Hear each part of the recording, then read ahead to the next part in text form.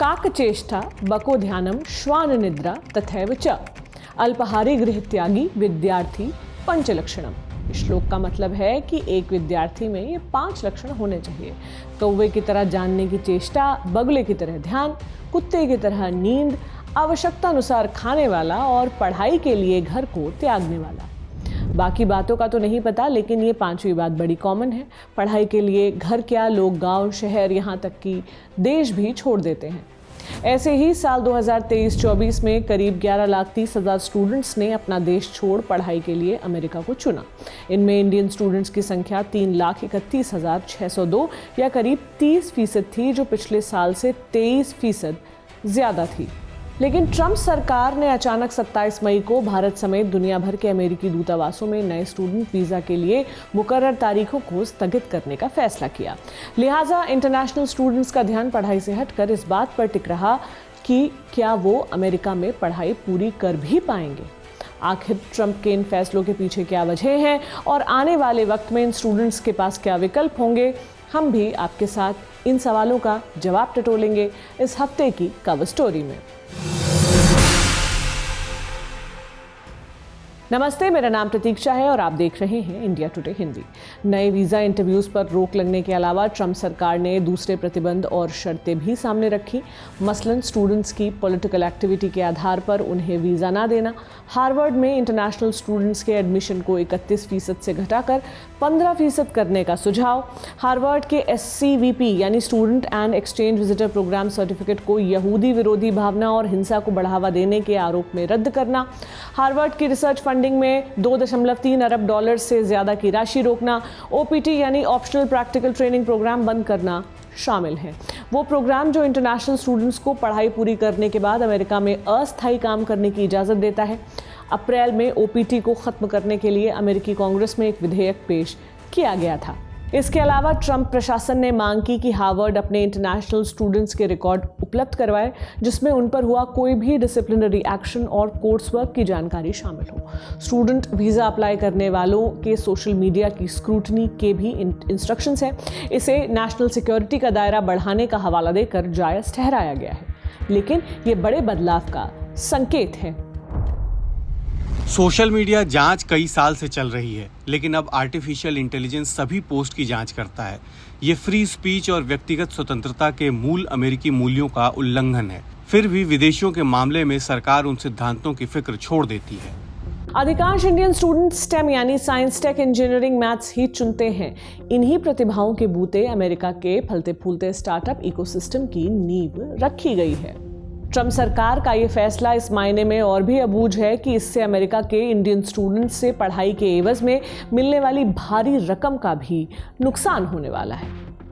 Indian student mobility report 2023-24 के मुताबिक Indian students के 2025 में अमेरिका में $17.4 अरब खर्च करने का अनुमान है, जिसमें $10 अरब सिर्फ पढ़ाई पर, $4 अरब रहने पर और बाकी $3.3 अरब खाने पीने वगैरह पर खर्च होने हैं। जिन्हें वीज़ा मिल गया है उनके लिए भी मामला आसान नहीं है। उन्हें लगातार जांच का सामना करना पड़ रहा है। प्रशासन ने 300 से ज़्यादा वीज़ा रद्द भी किए हैं। विदेश मंत्री मार्को रूबियो ने दावा किया है कि असली संख्या हज़ारों में हो सकती है। कई को ऑनलाइन फ़लस्तीनी सपोर्ट करने के नाते निशाना बनाया गया।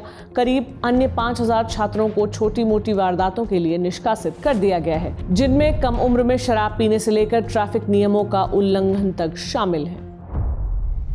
इन प्रतिबंधों से ये मामले प्रभावित होते हैं कि यूनिवर्सिटी किसे दाखिला दे, क्या मौजूदा छात्र यहाँ रह सकते हैं, क्या ग्रेजुएट्स यहाँ काम कर सकते हैं। इससे पैदा हुई अराजकता के नतीजे भयावह होने जा रहे हैं।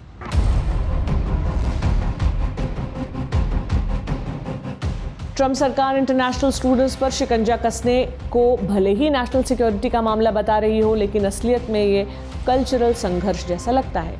ये यूनिवर्सिटी परिसर में होने वाले बहस या डिबेट पर कंट्रोल रखने के मंसूबे से किया गया है, क्योंकि सरकार कई यूनिवर्सिटीज़ को लेफ्ट की तरफ झुकाव वाला मानती है। ट्रंप कॉलेजों को संदेह की नज़र से देखते हैं। यहाँ ऐसा ज्ञान पैदा होता है जो उनके वर्ल्ड व्यू को चुनौती देता है। वीजा के फैसले अब नस्ल, धर्म और राजनीतिक पूर्वाग्रह के आधार पर तय हो रहे हैं। वीजा पाने की योग्यता अब इजराइल फिलिस्तीनी संघर्ष पर प्रशासन के रुख से जुड़ी हुई है। मसलन हार्वर्ड पर ट्रंप प्रशासन ने यहूदी विरोधी भावना को बढ़ावा देने और विविधता, समानता और समावेश नीतियों को बढ़ावा देने का आरोप लगाया है, जिसे वो नस्लवादी मानता है।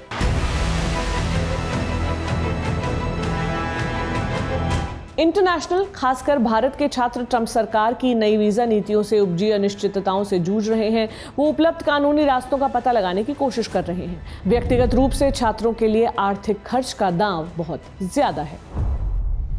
यूनिवर्सिटी एप्लीकेशन की फीस प्रति संस्थान 10 से 15 हजार रुपए है, जबकि एजुकेशन कंसल्टेंट्स आमतौर पे 5 से 6 लाख रुपए ऐंठ लेते हैं। कई छात्रों ने पहले ही ट्यूशन फीस का भुगतान कर दिया है या आवास बुक कर लिया है, जो पैसा शायद वापस ना मिले। असली झटका मौके का है। 1 साल खोने का मतलब डिग्री, वर्क एक्सपीरियंस और करियर की शुरुआत से हाथ धोना है। जोखिम सिर्फ पैसे गंवाने का नहीं, बल्कि मौके और साल गंवाने का भी है। जिन इंडियन स्टूडेंट्स की वीजा एप्लीकेशन अनिश्चित काल के लिए रोक दी गई है, उनके लिए सीधे कानूनी रास्ते बहुत सीमित हैं। अमेरिकी सुप्रीम कोर्ट ने फैसला सुनाया है कि विदेश विभाग को विदेश में वीजा न दिए जाने पर मुकदमों से छूट है, जिसे कॉन्सुलर नॉन रिव्यूएबिलिटी सिद्धांत कहा जाता है।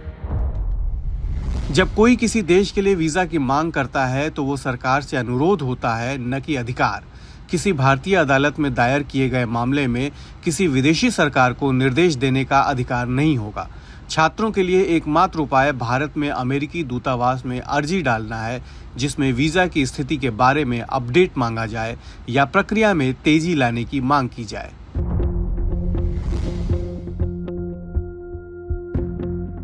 अनिश्चितता के बादल मंडराने के बावजूद कई लोग ट्रंप के इन फैसलों को दुनिया के प्रतिभाशाली लोगों के लिए हमेशा की बाधा नहीं मानते, बल्कि इसे एक अस्थायी बदलाव के रूप में देखते हैं। एक्सपर्ट्स का कहना है कि दरवाजे बंद नहीं हुए हैं।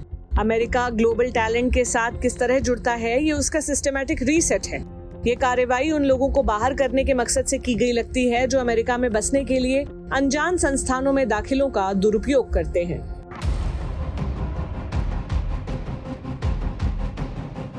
इंडियन स्टूडेंट पहले से ही बैकअप प्लान की तलाश कर रहे हैं। वो एडमिशन टालने या दूसरे देशों पर विचार कर रहे हैं। इंडियन स्टूडेंट्स के एडमिशन पैटर्न में भी बदलाव दिखता है। संसद में केंद्रीय शिक्षा राज्य मंत्री सुकांत मजूमदार के जवाब के अनुसार 2023-24 के बीच जर्मनी में इंडियन स्टूडेंट्स की संख्या में 49% की बढ़ोतरी हुई है और ये 23,296 से बढ़कर अब 34,702 हो गई है। इसके अलावा इंडियन स्टूडेंट्स के पास इंग्लैंड, फ्रांस, रूस, कनाडा, सिंगापुर, ऑस्ट्रेलिया जैसे विकल्प भी मौजूद हैं, जहां उन्हें friendly visa policy, work permit, research short courses, कम फीस, कल्चरल डाइवर्सिटी और दूसरी सुविधाएं हासिल हो सकती हैं। इस बीच इंटरनेशनल स्टूडेंट्स पर लगाए गए ट्रंप प्रशासन के प्रतिबंध की बदौलत अमेरिका साइंस और रिसर्च में दुनिया में अगवा होने की अपनी इमेज गंवा सकता है। क्या इंडियन स्टूडेंट्स को अमेरिका का दामन छोड़ दूसरे विकल्पों पर भरोसा करना चाहिए या अभी इंतजार करना सही होगा? आप हमें कमेंट बॉक्स में जरूर बताएं। देखते रहें इंडिया टुडे हिंदी। शुक्रिया।